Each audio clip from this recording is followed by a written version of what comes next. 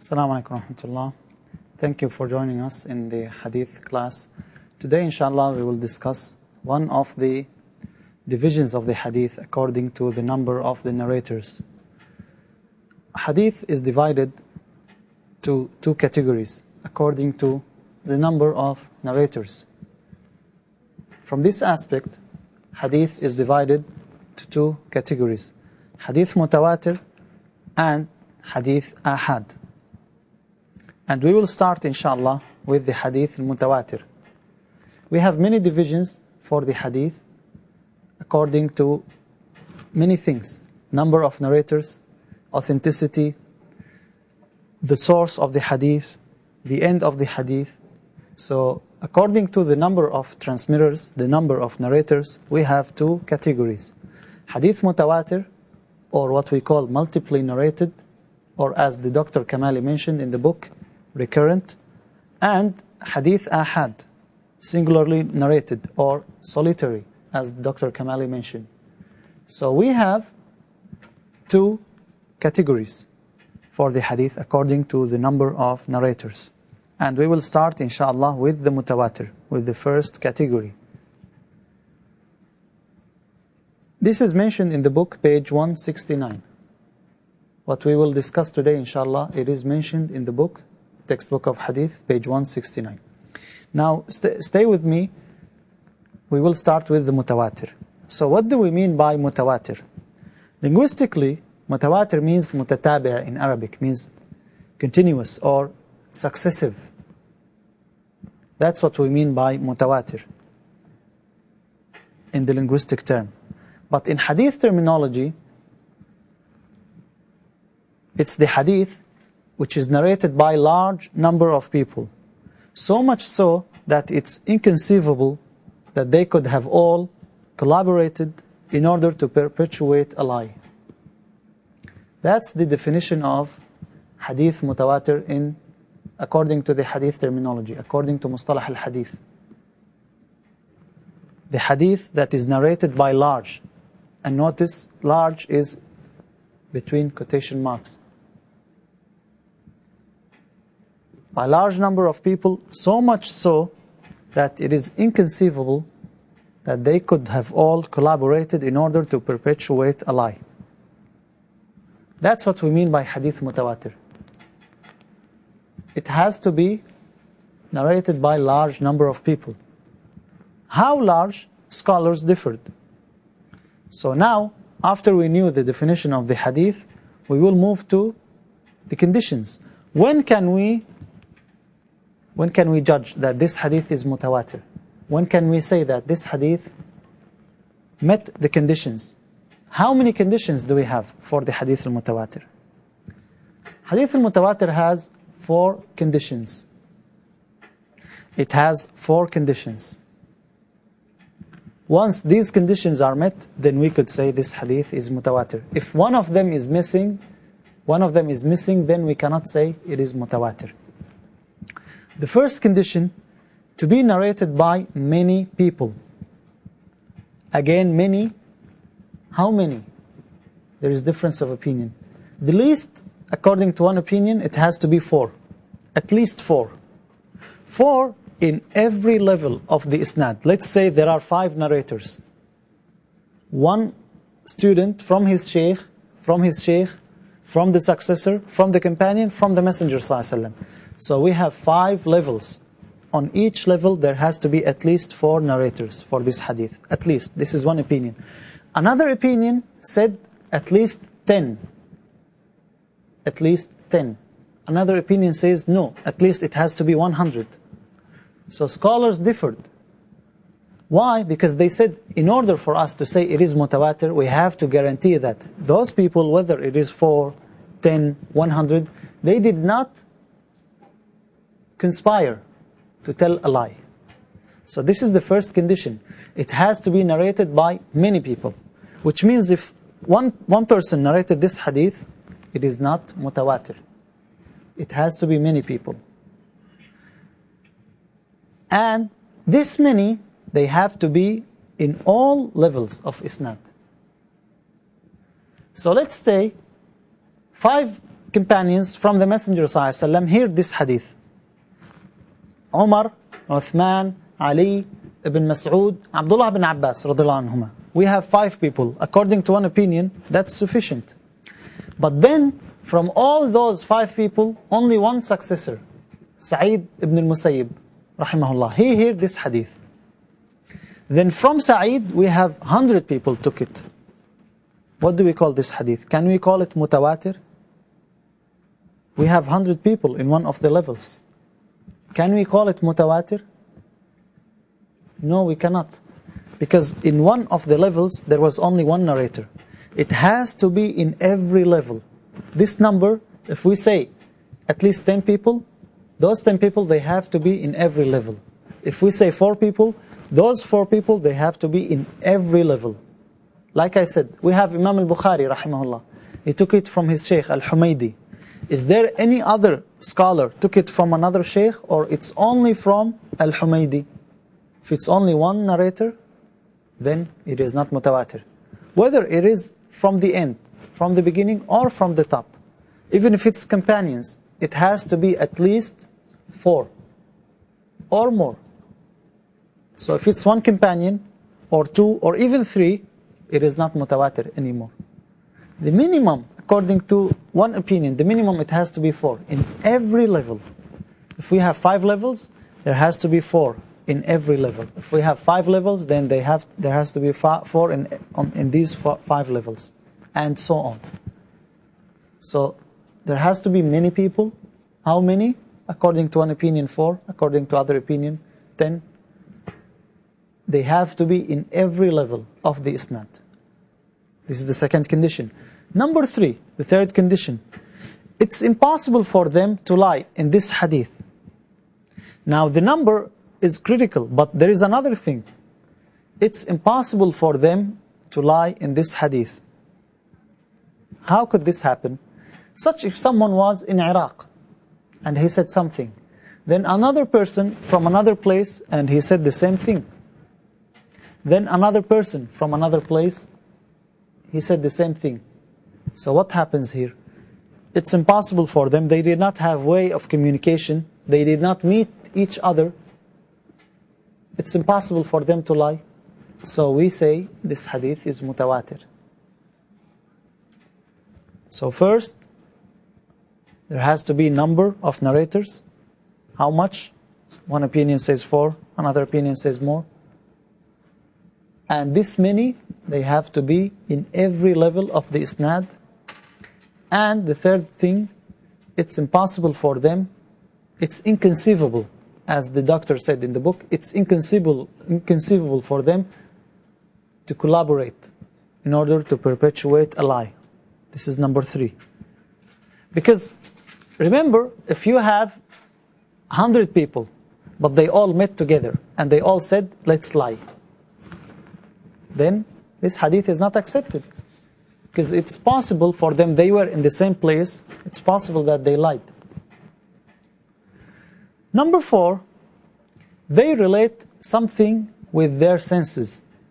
What they say, it has to be something that they saw, or they heard, or they felt, they touched. We know the well-known senses.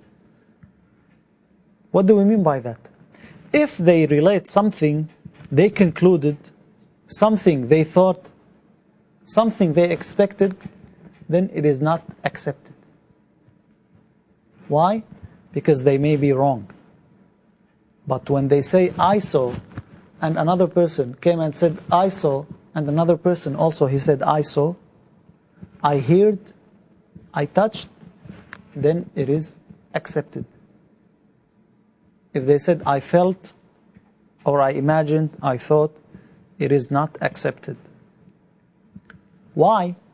Because in the mutawatir, you have to have a definite statement. There is no margin for any error. It has to be correct.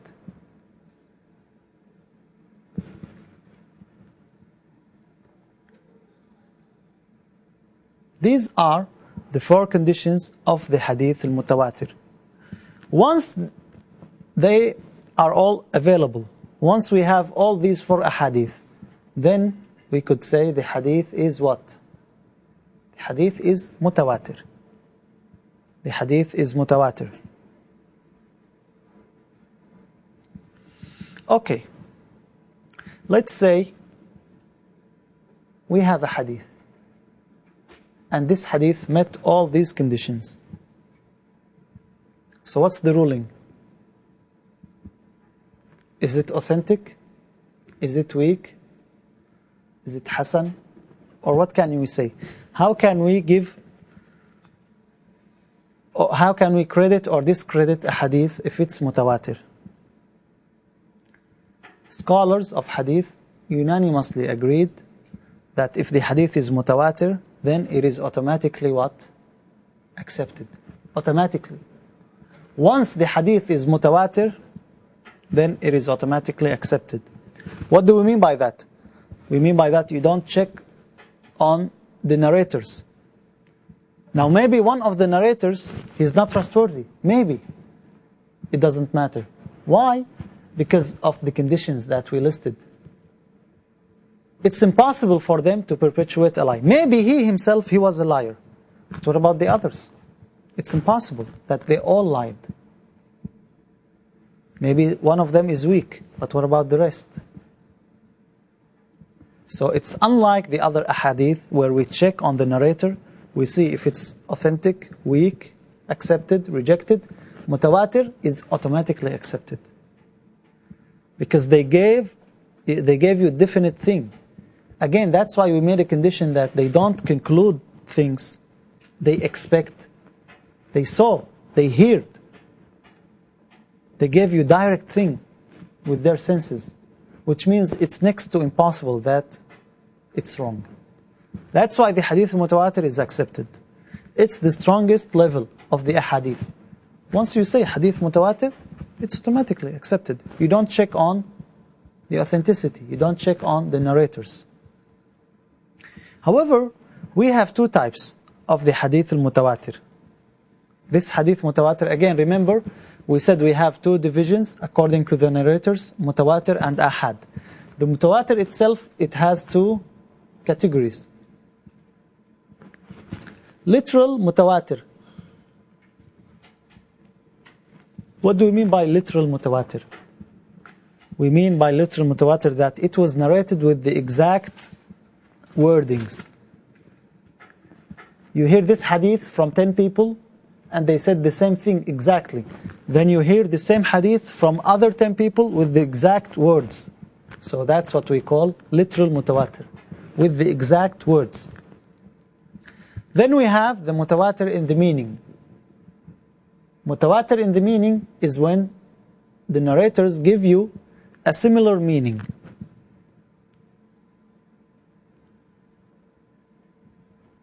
It gives you the same meaning but with different wordings, little bit. That's, we call it mutawatir in meaning. It's not literally mutawatir because you don't have the exact words, but the meaning is one. They changed a little bit in the meaning, but in the words what they gave you, it gave you the same meaning. So it is 2 types. Now, do you remember any example? Can you tell any example of the hadith that you heard and you remember it is mutawatir? Only one hadith. Do you remember any hadith from this category where it was multiply narrated in all levels of the isnad?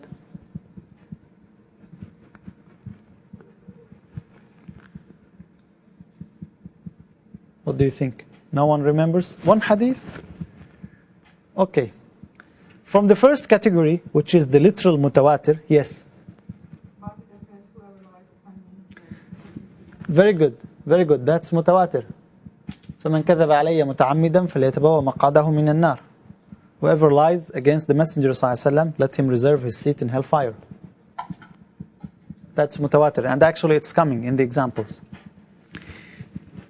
From the first category, which is the literal mutawatir, we have the hadith of the pool or the river of the Messenger ﷺ on the Day of Judgment. You all heard this hadith. Don't tell me that you don't know the hadith of the Prophet ﷺ, that on the Day of Judgment, people will be given the drink from his hawd. Exactly. So you hear this hadith. This hadith is mutawatir. It is multiply narrated in all levels of the isnad. So this is an example for the first category. The second category, we have the hadith of raising the hands while making the dua. Now when you make the dua, it's recommended to raise your hands. But raising the hands did not come in one exact wordings. Sometimes the companions mentioned that the Prophet ﷺ raised his hands to its extent, until we saw his armpits. Sometimes they say, or the hadith comes that the Prophet ﷺ recommended raising the hands when you are making the dua. So after all these narrations, it becomes definite that you raise your hands when you make dua, unless there is an exception. In another times, the Prophet ﷺ said, Allah subhanahu wa ta'ala is too shy to reject the dua when his servant is raising his hands. So now you have different words, but it gives you the same meaning, which is raising the hands while you are making dua. So this is mutawatir. This becomes mutawatir. It's definite that you raise your hands when you make the dua. Because sometimes the hadith comes that the Prophet ﷺ was raising his hands. Sometimes the Prophet ﷺ encouraged the people to raise their hands. Sometimes the Prophet ﷺ mentioned that Allah will not reject the dua if someone raised his hands. So all these ahadith with different words, they give you the same meaning, that your dua, you should be, when you supplicate, you should raise your hands. So this is the mutawatir in the meaning. Another example, just like what Bazigha said about the hadith of whoever lied against me. This is part of the hadith actually. The beginning of it, بَلِّغُوا عَنِّي وَلَوْ آيَةً. بَلِّغُوا عَنِّي وَلَوْ آيَةً. This is in both Al-Bukhari and Muslim. Also, the hadith of wiping over the foot covering. Wiping over the foot covering came from more than 70 of the companions of the Messenger ﷺ. And it became a sign for the people of Ahl-Sunnah wal Jama'ah, because it was so much so narrated that it became mutawatir. Wiping over the foot covering. And there are other examples of the hadith mutawatir. Now, we don't have too much ahadith, like 4,000 ahadith, 4,000, 5,000 ahadith. We have few. Compared to the general, to all the ahadith of the Messenger ﷺ, the mutawatir ahadith are few. Why? Because it's difficult to meet all these four conditions. But once you have these conditions, then the hadith is mutawatir. You don't check on it no more. It's correct. It's accepted. Once you hear that this hadith is mutawatir, then you are 100% certain that the Prophet ﷺ said it. It is as if you heard it directly from the Messenger ﷺ. That's the degree of certainty when it comes to the mutawatir. It is as if you heard it directly from the Prophet ﷺ. There is no chance that there is a mistake in this hadith. The other division, according to the number of transmitters, hadith al-ahad. We have mutawatir and we have ahad. Ahad means solitary or singularly narrated. Ahad in Arabic is the plural of ahad, and ahad means one who has no similar. That's why Allah says in the Quran, قُلْ هُوَ اللَّهُ أَحَدٌ.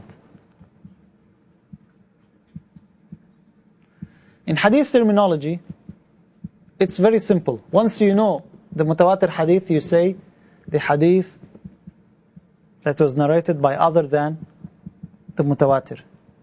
Or you could say the hadith that missed any of the mutawatir conditions, any of the four conditions of the mutawatir conditions.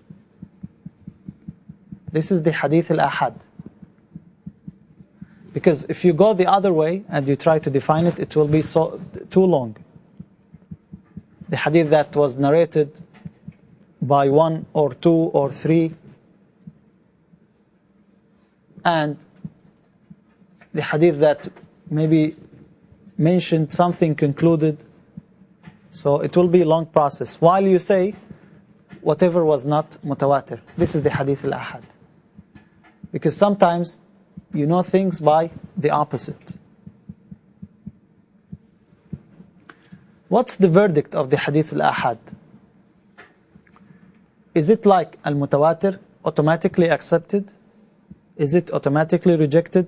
What's the ruling on the hadith al-ahad? The hadith al-mutawatir, as we said, you don't check on the status of the narrators, the authenticity, because it's automatically accepted. While hadith al-ahad, it could be authentic, it could be weak, it could be hasan. It depends on the narrators. You have to do the study of the hadith al-ahad, while you don't do the same with the hadith al-mutawatir.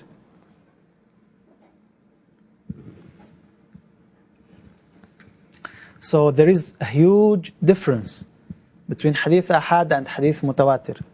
Hadith ahad, it could be authentic, it could be not. It could be hasan, it could be not, according to the study. Because we have to study and check the hadith al-ahad, while we don't do the same thing with hadith al-mutawatir.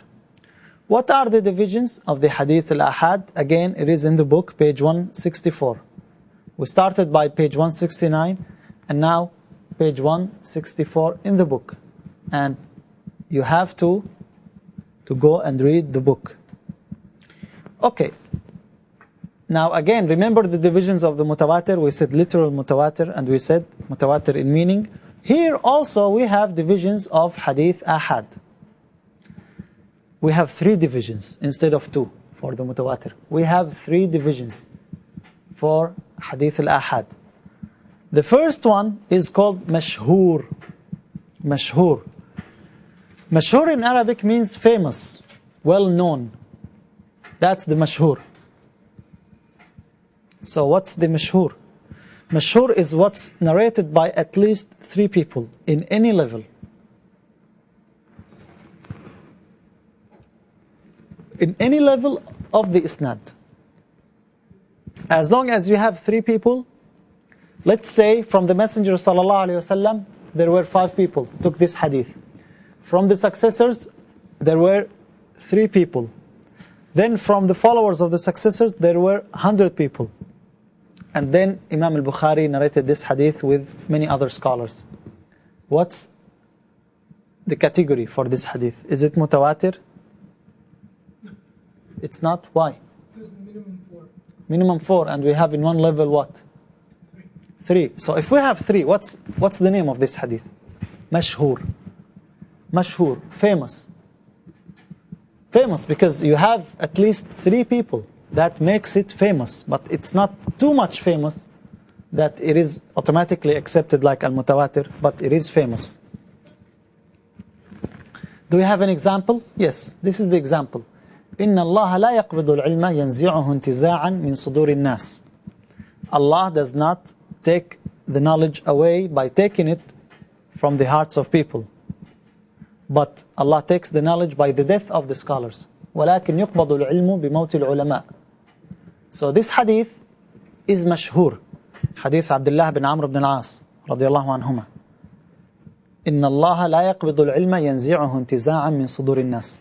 This is an example for hadith mashhur, where we have 3 narrators in one of the levels. It doesn't have to be in all levels. If it's only in one, like you have 100 companion, hear this hadith from the Messenger ﷺ. Then we have 100 successor.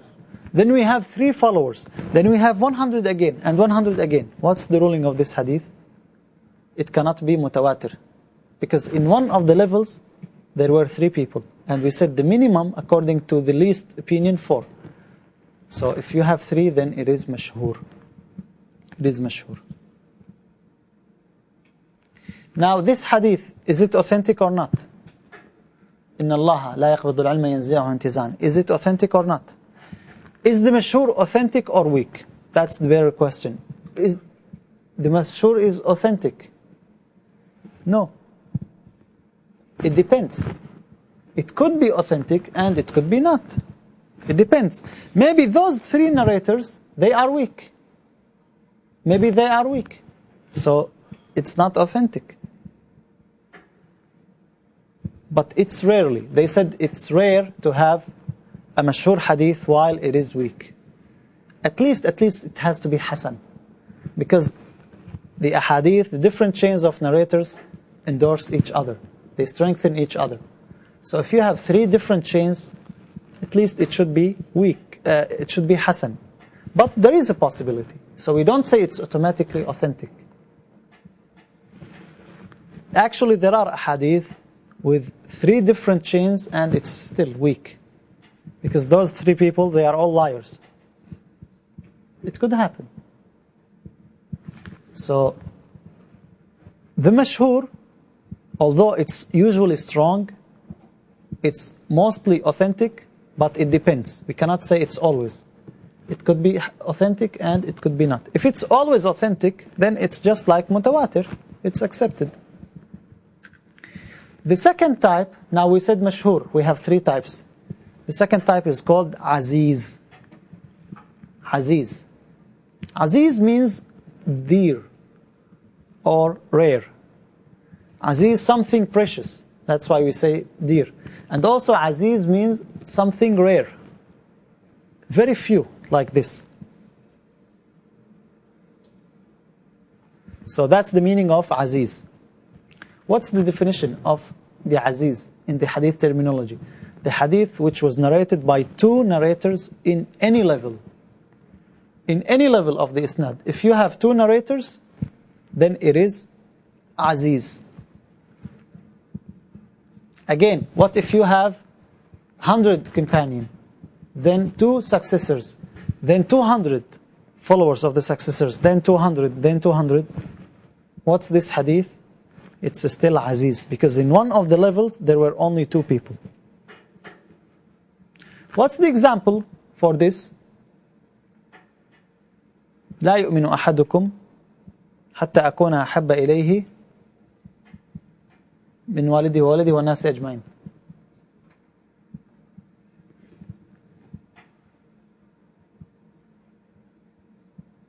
This is an example for the hadith aziz. So what's the ruling of the hadith al-aziz? Is it weak or it's authentic or what? What's the ruling? This would depend also. It depends. Now this particular hadith, it is authentic. I chose authentic hadith. But that does not mean every hadith aziz is authentic. It could be weak. It could be fabricated. So it depends. We don't know. But this particular hadith, this example, it is authentic. Okay? So that's the difference. In the mutawatir hadith, we don't say what's the ruling because it's automatically authentic. It's automatically accepted. Because of the conditions. While here, it could be authentic and it could be not. The third type is called hadith al-gharib. Gharib means stranger, unknown. This is the linguistic meaning of hadith al-gharib. And the terminology of hadith, it is defined by the hadith that is narrated by one of the narrators in any level.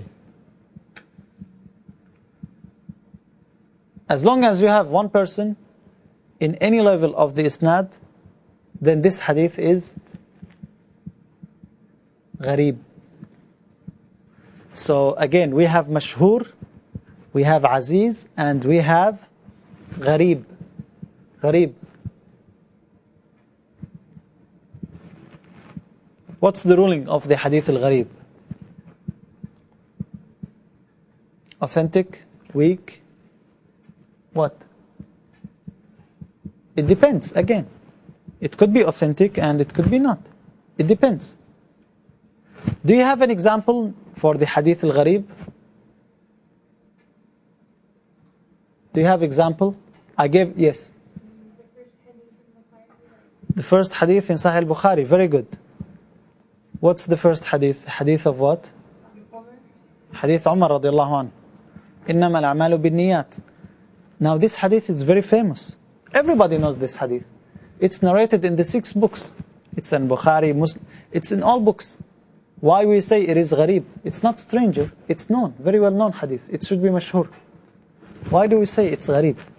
Yes. The hadith, what? Even if you go to China, seek knowledge even if you go to China. Yeah, I think this is gharib. But actually it's not authentic, that hadith. I chose only the authentic hadith. Hadith gharib, hadith Umar, why we say it's gharib while everybody knows this hadith? Because Umar radiallahu anhu, he is the only one who narrated this hadith. So in the level of the companions, there was only one man. And actually in the level of the successors, there was only one man. And then it became famous afterwards. So it is gharib. The gharib could be authentic and it could be weak, da'if. So again, we have hadith mutawatir, which is multiply narrated by large number of people, so much so that it's impossible, it's inconceivable for them to collaborate in order to perpetuate a lie. That's the mutawatir. It's 2 divisions: literal mutawatir, mutawatir lafzi in the words itself, and mutawatir ma'nawi, mutawatir in the meaning. And we have hadith al-ahad, the solitary. Hadith al-ahad is divided to 3 types. Mashhur, which has at least 3 in any level of the isnad. Aziz, which has 2 narrators in any level of the isnad. And gharib, which has 1 narrator at any level of the isnad. All these ahadith, the ahad, all these ahadith, ahad. Let's say hadith Umar radiallahu anh. If it's authentic, do you accept it or you don't accept it? Accept it. But it's only 1 narration. Do you accept it? What if it was in the aqidah issue? Do you accept the hadith al-ahad? Difference of opinions. What does it say? Some scholars accepted one. Hanifa doesn't. Why? Actually, it's true. Some scholars said even if the hadith al-ahad is authentic, we should stop and check. If it's in the aqidah issue, we cannot, because it's aqidah issue, so there has to be at least few people knew it or heard it. The Prophet ﷺ was supposed to deliver the message to all mankind, not to one person. So what do you think? What's the correct opinion? It should be accepted. It should be. Why? Because it is authentic. And all the Sahaba, I mean, not all of them were with him all the time. As long as it is authentic, then it has to be accepted, right? Yes. It has to be accepted. Do you have any evidence? Do you have any evidence? They may argue, as I said, they tell you the aqidah, it cannot be accepted by one man. The Prophet ﷺ was supposed to deliver the message to all mankind. The Prophet said, the hadith, take from me and the righteous khulafa. Yeah, what about it? So, during their time, they wouldn't deviate. So, We're not saying they will deviate. That has nothing to do with this. We are taking from the khulafa. We're taking from the Prophet ﷺ, but we take only what was multiply narrated. Because maybe one man heard it and it was only for him.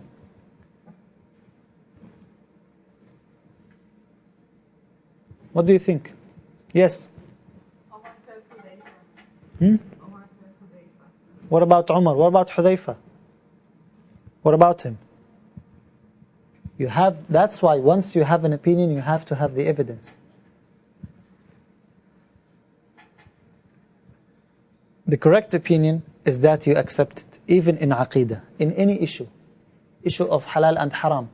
But the question is, what's the evidence? If you tell someone you have to accept it, what's the evidence? We have the evidence in the Sunnah. The Prophet ﷺ sent Mu'adh to Yemen to do what?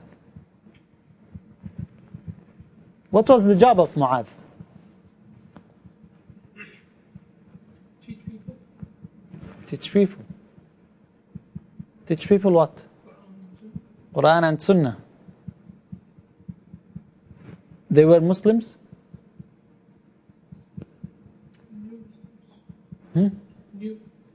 New Muslims. So they did not know these things, right? So he will teach them about Aqidah. If you say yes, then you cannot say, I don't accept the hadith of Ahad in Aqidah. Because he sent only Mu'adh. The Prophet ﷺ did not say, oh, I will send you to new people. They will learn everything about the religion, so I have to send with you 10, 20 people. Did the Prophet ﷺ send a group with Mu'adh? No. What does that tell you? The hadith, as long as it's accepted, you take it. Be it aqidah, be it fiqh, be it any other branch of the religion. You accept the hadith of Ahad. Another evidence. Another evidence. Do you know any other evidence? The hadith of changing the qibla. Now changing the qibla, it's a matter of aqidah. Essentially it's a matter of fiqh when you pray. But when you're commanded to pray this direction instead of that direction, it became aqidah issue. And at the time of the Messenger ﷺ in Medina, at the beginning, they used to face Jerusalem, Bayt al-Maqdis. Until the ayah was sent down, فَوَلِّ وَجْهَكَ شَطْرَ الْمَسْجِدِ الْحَرَامِ. So the Prophet ﷺ asked the people to turn their faces towards the Masjid al-Haram. One of the companions, he was praying with him and he left. Other people did not hear that. So they kept praying to Bayt al-Maqdis. He told them, by Allah, I prayed with the Messenger ﷺ to the sacred house. So they turned directly. They moved right away to that direction. They did not tell him, we don't have to follow you until we verify it from the Messenger ﷺ. So one man is enough. As long as he's trustworthy, it is enough. Be it matters of aqidah, matters of sharia, fiqh, it's the same. Okay? This is very important. And with this, inshallah, we will conclude our session. هذا وصلى الله وسلم على نبينا محمد وعلى آله وصحبه أجمعين.